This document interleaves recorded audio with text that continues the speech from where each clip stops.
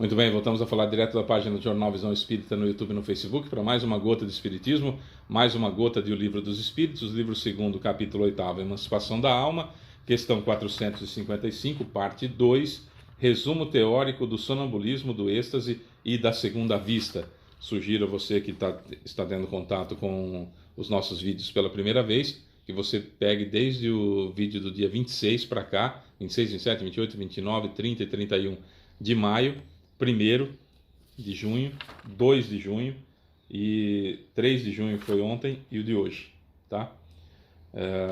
Que a gente vai terminar aqui o resumo teórico, é importante para os comentários, tanto do resumo teórico sobre sonambulismo, sonambulismo, êxtase e segunda vista, não só pelo resumo teórico, mas para entender o contexto daquilo que o Kardec está falando aqui, e até porque nós estamos começando aqui do meio, vamos dizer assim, né? Então vamos lá.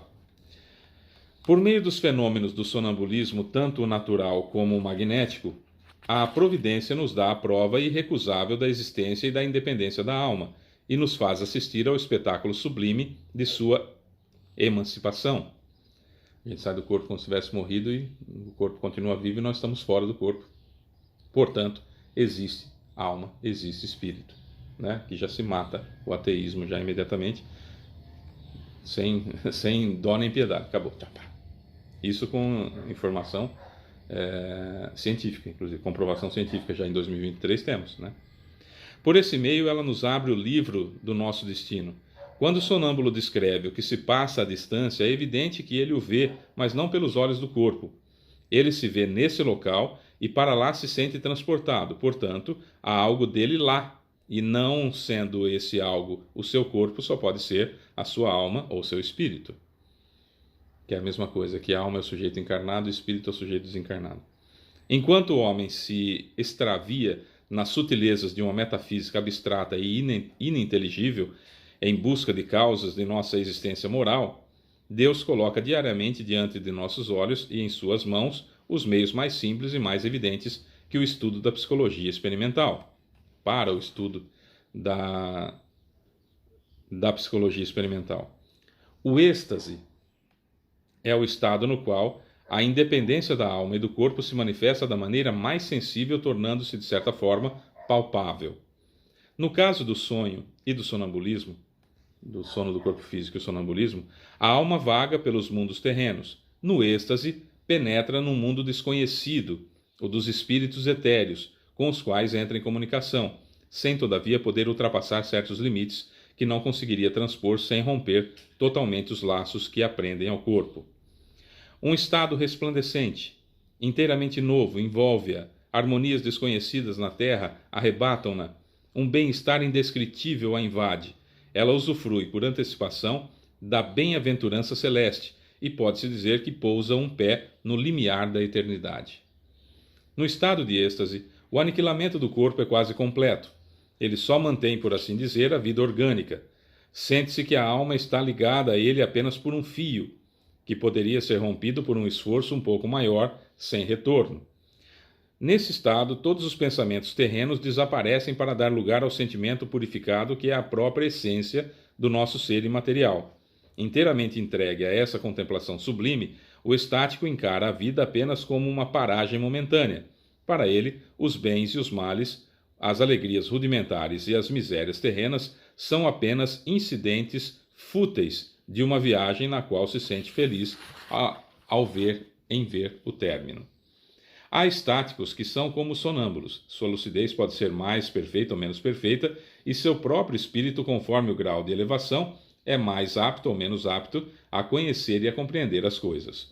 Às vezes, há neles mais exaltação do que verdadeira lucidez, ou melhor dizendo, a exaltação prejudica a lucidez.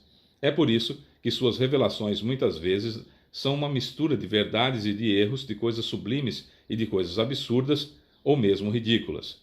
Os espíritos inferiores muitas vezes se aproveitam dessa exaltação, que é sempre uma causa de fraqueza quando não se sabe conduzir, para dominar o estático e, para tanto, revestem-se sob os olhos dele com aparências que mantenham as suas ideias e preconceitos do estado de vigília. Isso constitui um obstáculo, mas nem todos são assim.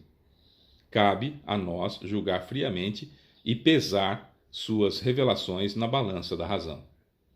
Às vezes, a emancipação da alma se manifesta no estado de vigília, produzindo o fenômeno designado sob o nome de segunda vista, que dá aos que a possuem a capacidade de ver, escutar e sentir além dos limites dos nossos sentidos. Eles percebem as coisas que não estão presentes em relação ao corpo em todos os lugares onde a alma estende a sua visão. Veem-nas, por assim dizer, por trás da visão ordinária, da visão comum, como uma espécie de miragem. No momento em que o fenômeno da segunda vista se produz, o estado físico é sensivelmente modificado. O olho tem algo de vago. Ele olha sem ver e toma a fisionomia, e toda a sua fisionomia reflete uma espécie de exaltação. Constata-se que os órgãos da visão estão alheios ao fenômeno, pelo fato de que a visão persiste apesar da oclusão dos olhos. Oclusão, fechar. Essa capacidade se mostra nos que a possuem tão natural como a da visão. Consideram-na um atributo do seu ser, atributo que não lhes parece ser uma exceção. O esquecimento muitas vezes acompanha essa lucidez passageira, cuja lembrança, cada vez mais vaga, acaba por desaparecer como a de um sonho. O poder da segunda vista varia desde a sensação confusa até a percepção clara e nítida de coisas presentes ou ausentes. No estado rudimentar, ela dá a certas pessoas o tato, a lucidez, uma espécie de segurança em seus atos, a que se pode chamar de precisão do golpe de vista moral. Mais desenvolvida, ela desperta os pressentimentos. Mais desenvolvida ainda, mostra os acontecimentos já realizados ou em vias de se realizar. O sonambulismo natural e artificial, o êxtase e a segunda vista são apenas variações ou modificações de uma mesma causa. Esses fenômenos, como os sonhos, fazem parte da natureza e por isso sempre existiram. A história nos mostra que foram conhecidos e até explorados desde a mais remota antiguidade, e neles se encontra a explicação de uma infinidade de fatos que os preconceitos fizeram ser vistos como sobrenaturais. Então vamos lá. O êxtase, o sonambulismo, então a gente finalizou, deixei o pedacinho do sonambulismo para o dia de hoje, porque o sonambulismo ele tinha que ensejar a parte do êxtase, né? O sonambulismo, vamos colocar assim uma regrinha, mas não é evidentemente absoluta. Então uma regrinha.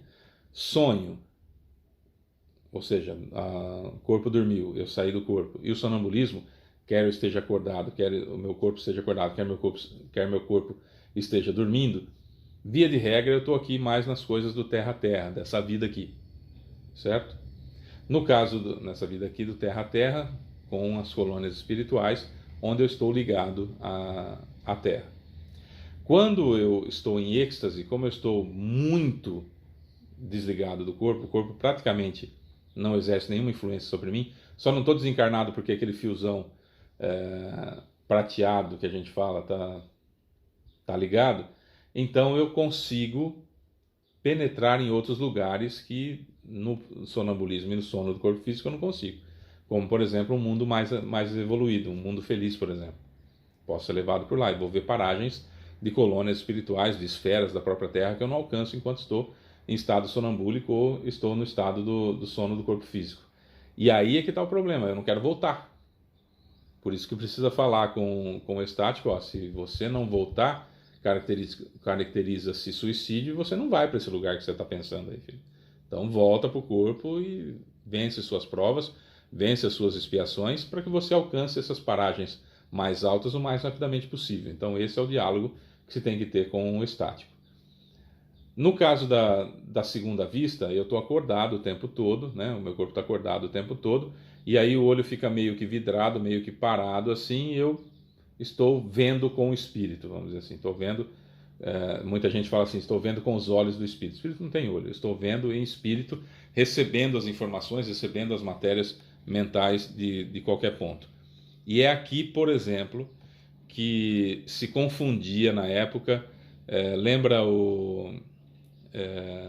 quando o faraó chamou José do Egito, lembra? E falou para ele, estou sonhando com 7 vacas magras, 7 vacas gordas e tudo mais. E ele então entra em segunda vista e consegue penetrar pela sua evolução, consegue penetrar aquilo que poderia não, que iria acontecer no quesito clima. E aí conseguiu perceber aquilo que aconteceria no Egito, naquela região, aconteceria no que diz respeito ao clima. Então, à segunda vista, eu vejo, posso antever o que está acontecendo, posso ver o que outras pessoas não veem em outros lugares, posso estar aqui e ver alguma coisa que está acontecendo lá em Tangamandapio, né, no México, e sentir, eu vou estar aqui, mas eu, espírito, estou recebendo as informações de lá. A segunda vista é isso.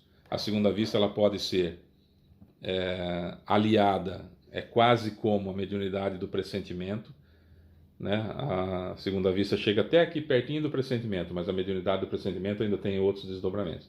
Então é quase um pressentimento, e pressentimento é quando eu vejo alguma coisa que vai acontecer comigo. A segunda vista pode chegar bem perto da mediunidade de premonição. Premonição é quando eu consigo ver o que vai acontecer com outras pessoas em outros lugares. Então a segunda vista se aproxima disso, embora a premonição tenha outras características também que a segunda vista não tem. E a segunda vista não chega nem perto da mediunidade de profecia. Um médium profético é um espírito de altíssimo calão, muita alta evolução, que está vendo o que vai acontecer com a humanidade. Tá? Então é isso, essa diferença. Médium de pressentimento, médium de premonição, médium profético. A segunda vista se aproxima do médium de pressentimento e tem algumas características e algumas situações do médium de pressentimento. O médium de segunda vista se aproxima do médium de premonição, tem algumas características do médium de premonição, mas não toda a sua capacidade de premonição. Certo? Seria basicamente isso. Amanhã a gente vai entrar no capítulo 9, que é a intervenção dos espíritos no mundo corporal. E já já nós vamos chegar na questão 459, que eu falo tanto, que é da influência oculta dos espíritos em nossos pensamentos e ações. Mas amanhã a gente começa penetrabilidade dos espíritos em nosso pensamento. Mas isso só amanhã. Vou fazer só um comentário importante. Todas as explicações que a gente traz daquilo que a gente está estudando é a visão daquilo que eu alcanço e na linha que eu raciocino. Então isso não exclui, evidentemente, outros estudos e a sua própria interpretação de cada uma das questões do Livro dos Espíritos. Eu tenho uma linha de raciocínio, outras pessoas têm outras linhas, e quanto mais nós estudarmos todas as linhas, nós vamos ter uma visão mais ampla e mais completa de cada uma das situações. E o Livro dos Espíritos, estudado reiteradas vezes, vai sempre nos mostrando surpresas e coisas novas que nós tínhamos impressão de ter estudado e que não tínhamos aprendido ainda, porque faltam algumas linhas de pensamento, linhas de raciocínio. A gente pode ter 10 linhas de raciocínio, sempre vai ter mais. É bom sempre estudar mais, sempre buscar mais. A gente dá uma pequenina contribuição aqui, tomara que seja útil para alguém. É isso. Sou Fábio Pereira, um beijo enorme no seu coração, até amanhã. Tchau.